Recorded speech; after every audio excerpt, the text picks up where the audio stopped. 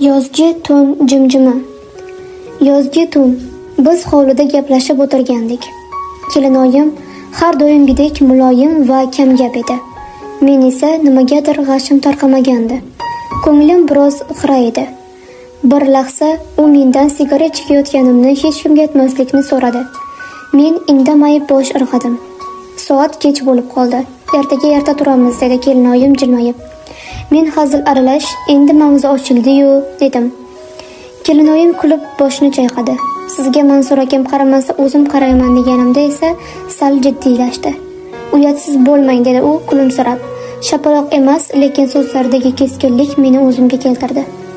Men esa o'sha damda tushundim. Ayrim hazillar, ayrim so'zlar joyi va vaqti bo'lmasa nojoiz bo'ladi. U meni yomon ko'rmagan, lekin chegarani eslatgan edi. Kechir, haddimdan oshdim dedim. U jim bo'lib, muloyim bosh silkidi.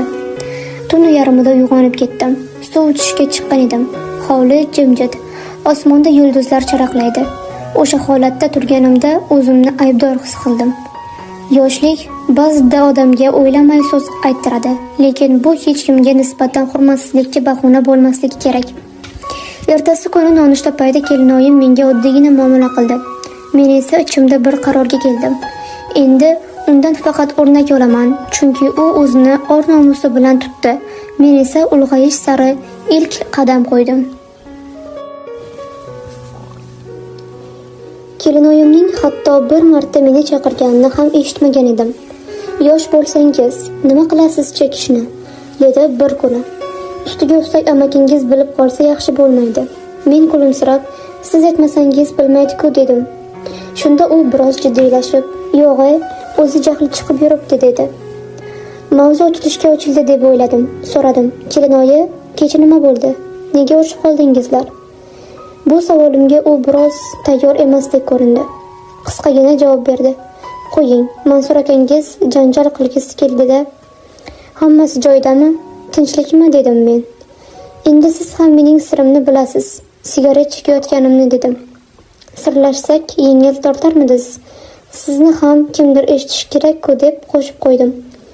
U esa "Xona kirib oling, sovuq bu yer" deb ichkariga kirib ketdi. Men esa hammasi tamom, kelinoyim meni noto'g'ri tushundi deb o'ylab xonamda yotgan edim. Shunda uning ovozi eshitildi. "Javohir, xonadamisiz?" "Ha, kelinoyi" dedim. "Bolalar ham uxlab qolishdi" dedi u. Men kelinoyimning xonasiga bordim. Hamma narsa joyidami? Kamchilik yo'qmi deb so'radim. U menga qarab, "Siz to'g'ri aytdingiz" dedi. "Nima haqida?" deb hayron qoldim. Men ham kimgadir dardimni aytishim kerak edi. "Ha, albatta, men sizni tushunaman, nimalar bo'lyapti o'zi" dedim.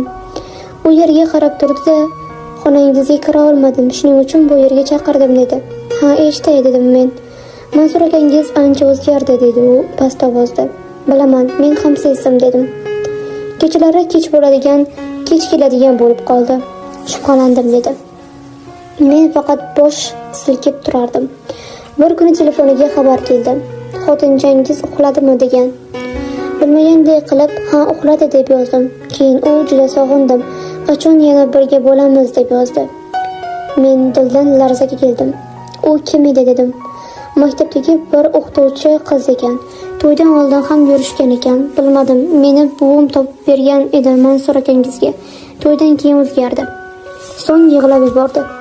Men bexos sochini silab, "Boshqa yig'lamang kelinoyi" dedim. U indamay yig'layverdi. Ichimdagi bir savol bo'g'zimgacha kelib qoldi. "Kelinoyi, tuni bilan ham yaqinliklar yo'qmi?" dedim sekin. U ko'z yoshlaridan to'xtab menga qarab, "Nega unday deyapsiz?" dedi. "O'sha kuni kir mashinasining vibratsiyasida o'zingizni qoniqtiryapsiz deb o'yladim. Ko'zim tushib qoldi" deb qo'ydim. U uyalganday, "Iltimos, noto'g'ri tushunmang, men ham axir ayolman" dedi. Men chuqur xo'rsinib, "Tushunaman. Mansur akam sizga befarq bo'lsa, sizga ham qiyin" dedim. U menga tik qarab, "Hech kim bilmasin, Javohir, iltimos" dedi. Men jilmayib, "Xavotir olmang, faqat sigaret chekishimni ham hech kimga aytmang, kelinoyi" dedim.